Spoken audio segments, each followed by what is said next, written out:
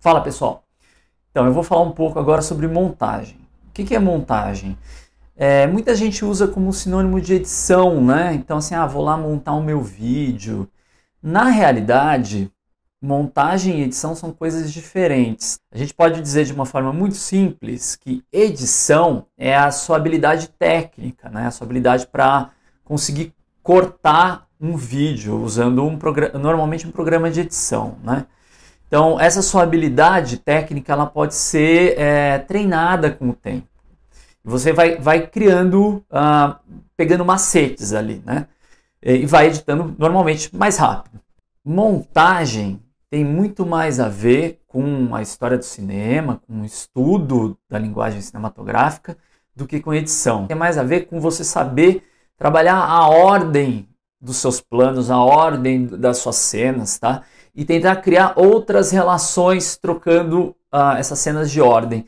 E também alterando a duração dos planos e das cenas. Tem muito mais a ver com uma sensibilidade, com um ritmo, com o tempo, né?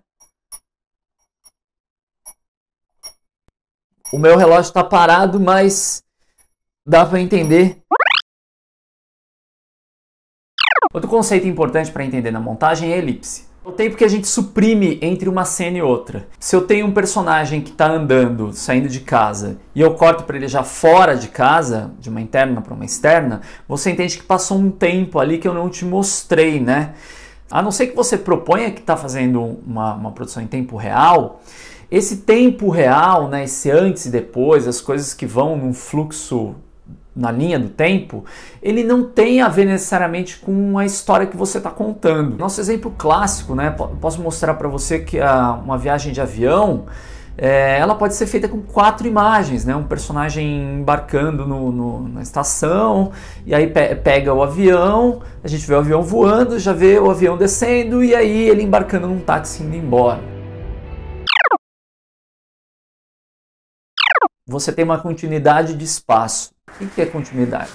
A gente tem um personagem que está andando da esquerda para a direita num plano, e aí a gente corta e vai para a próxima imagem, ele vai estar andando da esquerda para a direita. Tem a continuidade de olhar. Se eu aponto para lá, e aí eu corto para qualquer imagem, eu apontei para lá e eu corto para a imagem de, sei lá, um OVNI, olha, tem um OVNI entrando pela janela. Vocês vão acreditar que uma coisa está conectada na outra, justamente porque eu pus uma depois da outra.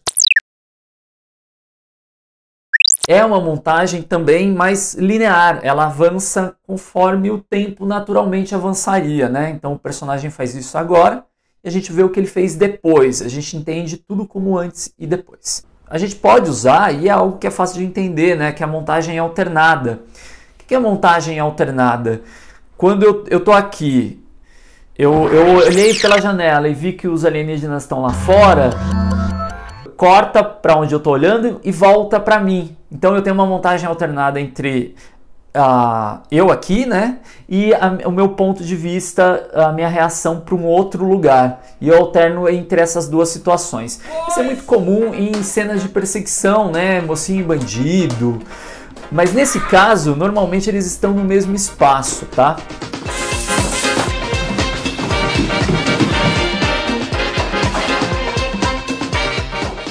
A paralela você vai trocar entre dois personagens, mas esses personagens vão estar em dois locais diferentes. E aí você vai cortando cada vez mais rápido até que eles se encontram.